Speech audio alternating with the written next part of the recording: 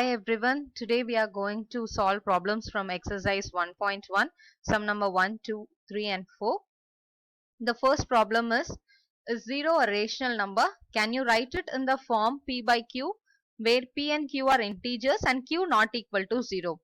First we will see the definition of a rational number so that we can understand the question better. A number is said to be rational if it can be written in the form P by Q where P and Q are integers and Q not equal to 0. So the word integer states that the number can be negative integers, positive integers and 0. But the denominator Q should not be equal to 0. Now we have understood the meaning of the word rational. Now here they have asked us whether 0 is a rational number. So 0 can be written as 0 by 1, 0 by 2, 0 by 3, so on, and with the negative denominators we can write it as 0 by minus 1, 0 by minus 2, 0 by minus 3 and so on. So 0 can be written in the form P by Q where P and Q can be negative integers or positive integers. So we can say that 0 is a rational number as 0 can be written in the form P by Q.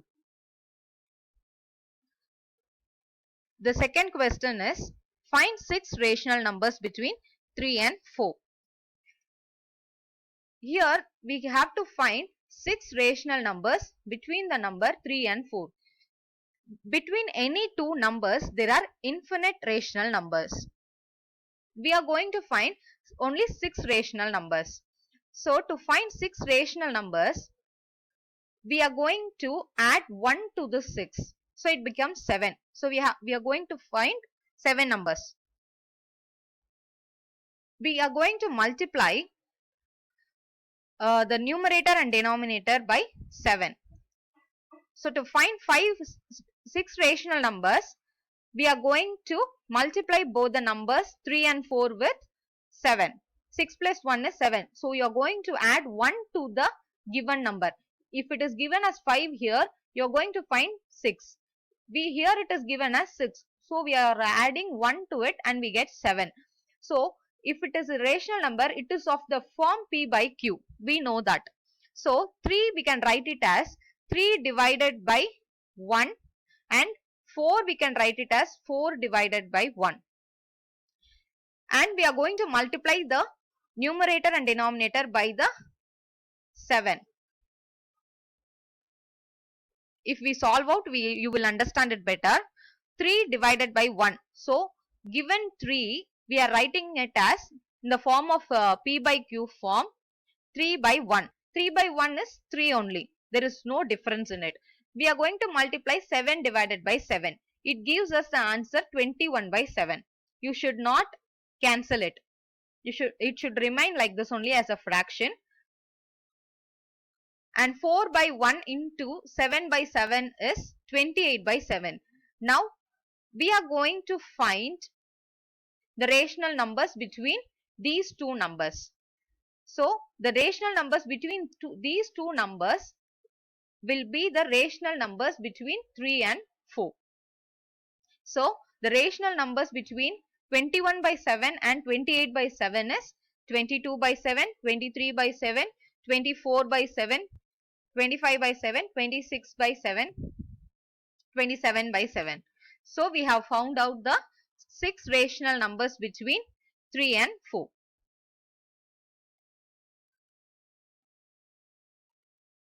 Now the third problem, find 5 rational numbers between the numbers 3 by 5 and 4 by 5. So there are infinite rational numbers between 3 by 5 and 4 by 5. We are going to find only 5 rational numbers. So here it is given as 5. So 5 plus 1 is 6. So we are going to divide the given number into 6 by 6. So we get 3 by 5 into 6 by 6 is 18 by 30. And 4 by 5 into 6 by 6 is 24 by 30. So The numbers between 18 by 30 and 24 by 30 are the rational numbers between 3 by 5 and 4 by 5.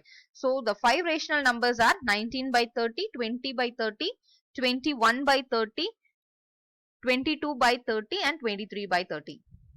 We have found out the 5 rational numbers. Next, fourth problem is state whether the statements are true or false. So they have given the statement as every natural number is a whole number. We know that natural numbers start from 1, 2, 3 and so on. Whole numbers start from 0, 1, 2, 3 and so on. So the whole number contains all the natural numbers. But 0 is not a natural number. So every natural number is a whole number. But all the whole numbers are not natural number because 0 is not a natural number.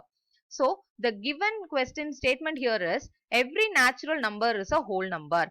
See, whole number contains all the natural numbers. So the given statement is true. So now we are going to see how you are going to state your answer. You have to write first the natural numbers. So numbers starting from 1 to infinity without fractions or decimals. Natural numbers are represented with the letter n. Now whole numbers. Numbers starting from 0 to infinity without fractions or decimals. So the alphabet to represent whole number is W. So whole numbers have all the elements of the natural numbers and a 0. So every natural number is a whole number. The whole number consists of all the natural numbers. So the given statement is true. The second statement is every integer is a whole number. Let's discuss with the diagram.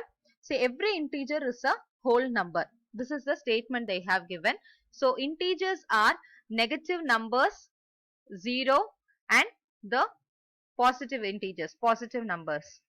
Whole numbers start from 0, 1, 2, 3 and so on.